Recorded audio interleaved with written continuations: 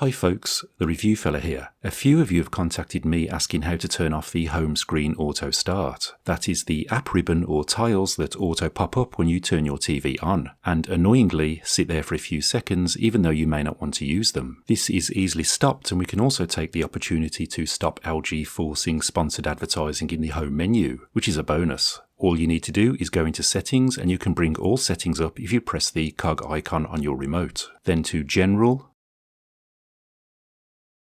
then over to System,